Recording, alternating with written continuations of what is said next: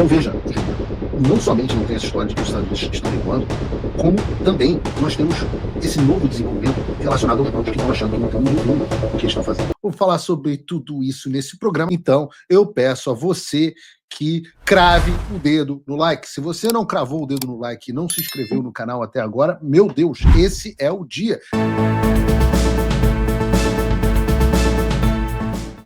Vamos ver o que o próprio Gilmar Mendes está falando sobre isso. Agora sobre as sanções aplicadas pelos Estados Unidos a autoridades brasileiras, e há uns dias falou também sobre uma possível lei anti-embargo, algo assim. A minha pergunta é, enquanto não existe essa legislação, o que os bancos do Brasil podem fazer, aqueles cujas pessoas que foram sancionadas têm contas? Não, até aqui os bancos têm interpretado que as sanções não são extensíveis ou aplicáveis. É esse o entendimento. Nós tivemos também uma manifestação no Supremo da lavra do ministro Flávio Dino, naquele caso envolvendo a questão da mineração, Mariana, em que ele balizou que essas decisões tomadas por autoridades estrangeiras precisam de ser validadas por autoridade judicial brasileira. Em suma, são questões que certamente podem vir a ser discutidas no futuro. Eu agradeço aqui, Gilmar Mendes, a confissão de que os bancos brasileiros estão, até o presente momento, deixando de aplicar a Lei Magnitsky na sua plenitude por interpretarem que as sanções não são aplicáveis ao Brasil. E isso é engraçado, porque uma vez que tem operações dos Estados Unidos e estão debaixo da jurisdição americana, esses bancos são sim tratados pela Lei Magnitsky como US persons e, portanto, devem cumprir todas as sanções aplicáveis e aplicadas pelo OFAC. Mas eu sei que tem muita gente com Paulo Figueiredo Derangement Syndrome. Se eu falar, tem gente que vai escolher não acreditar. Então eu vou deixar alguém falar por mim. Por isso, eu vou ler aqui a carta que o congressista do partido do Donald Trump, o Partido Republicano, enviou ontem, e que se tornou pública hoje, ao secretário do Tesouro dos Estados Unidos, Scott Bessent. E essa carta se tornou pública hoje e realmente é impressionante. Diz, está aqui assinada pelo Congresso dos Estados Unidos, Câmara dos Representantes, 1º de outubro de 2025, a honorável Scott Bessent, secretário do Tesouro, a honorável Badray Smith, diretor do OFAC. Prezado secretário Bessent e diretor Smith, como membro do Congresso, escrevo para expressar séria preocupação e solicitar esclarecimentos sobre recentes sanções impostas pelo Global Magnitsky contra o ministro Alexandre de Moraes do Supremo Tribunal Federal do Brasil. Essa designação, anunciada pelo OFAC em 30 de julho de 2025, é inédita na política externa dos Estados Unidos. Nunca antes um juiz em exercício da mais alta corte de uma nação estrangeira havia sido sancionado sob essas autoridades. A base para a designação, graves violações de direitos humanos internacionalmente reconhecidos, incluindo a supressão de liberdade de expressão e de devido processo, levanta questões fundamentais sobre o Estado de Direito e a governança no Brasil. Ao mesmo tempo, a presença contínua de um indivíduo sancionado em posição tão alta de autoridade judicial cria riscos de conformidade para cidadãos e instituições dos Estados Unidos que operam em um dos maiores mercados emergentes para investimento americano. Prestem atenção. Esta questão tem implicações diretas para proteção de investidores, especialmente para fundos dos Estados Unidos, com exposições a ações, instrumentos de dívida e entidades reguladas no Brasil.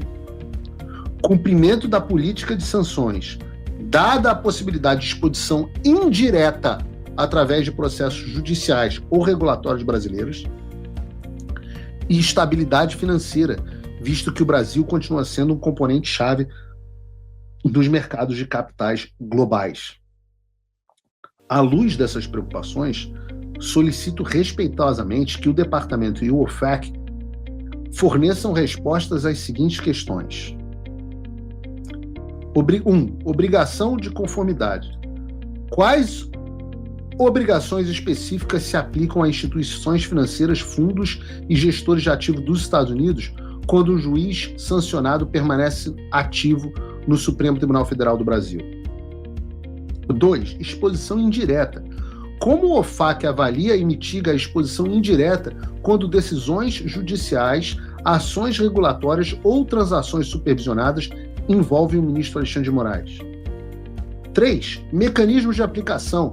Quais medidas serão tomadas para garantir que os cidadãos dos Estados Unidos não se tornem inadvertidamente não conformes quando decisões legais brasileiras têm a autoridade de um indivíduo sancionado? 4. Coordenação interagências. Em que medida o Tesouro está coordenando com a SEC, e aqui a coisa fica muito séria, a gente está falando do Securities Exchange Commission, é a CVM americana, que trata das ações do mercado de capitais, o Federal Reserve ou o FSOC, para avaliar os riscos sistêmicos para os mercados dos Estados Unidos decorrentes dessa sanção sem precedentes. 5. Orientação internacional. O OFAC emitirá uma orientação para governos aliados, organismos multilaterais como o FATF, o IOSCO ou partes interessadas do setor privado para reforçar padrões globais de conformidade nessa situação extraordinária? E diz assim: a sanção de um ministro do Supremo Tribunal Federal sobre as autoridades do Global Magnitsky não tem precedentes. Suas implicações vão muito além do Brasil, afetando diretamente investidores dos Estados Unidos, regimes de conformidade e a credibilidade da governança financeira internacional. Orientação clara e detalhada de seus escritórios, portanto, é essencial. Agradeço a sua imediata atenção a este assunto. Aguardo a sua resposta rápida e abrangente. Semper Fi, que é o lema dos Marines, Semper Fidelis. Rich McCormick, membro do Congresso. Então veja, Gilmar, não somente não tem essa história de que os Estados Unidos estão recuando, como também nós temos esse novo desenvolvimento relacionado aos bancos que estão achando que não tem ninguém vendo o que eles estão fazendo. O que o Rick McCormick pediu é simples. Já que os bancos brasileiros estão interpretando de forma alucinada a Lei Magnitsky, eu peço ao Departamento do Tesouro que cite especificamente as obrigações que eles devem cumprir. Então, eu agradeço muito aqui ao ministro Gilmar Mendes, que nos deu essa confissão de bandeja, dizendo que os bancos não estão cumprindo, pelo menos em parte, a Magnitsky. Certamente, o Departamento de Tesouro dos Estados Unidos vai achar essa informação muito interessante. Agora, se eu fosse da Faria Lima, e eu tenho falado isso, eu estaria de olho. Não somente pelas multas bilionárias que nós já citamos como sendo possíveis e prováveis aos que descumprirem a Magnitsky, mas também porque, se ficar aprovado, e o Gilmar Mendes está fazendo isso por nós, obrigado, e os bancos estão deliberadamente descumprindo as sanções americanas para proteger um violador de direitos humanos, aí as sanções secundárias podem não ser mais somente contra o BTG, o Itaú, o Banco do Brasil, mas também contra os CEOs e os demais tomadores de decisão. A pergunta que fica, portanto, é a seguinte: até onde a Faria Lima e os seus integrantes estão dispostos a ir para defender Alexandre, em breve Gilmar? Será que eles estão mesmo dispostos a enfrentar as sanções secundárias por causa deles? Veremos.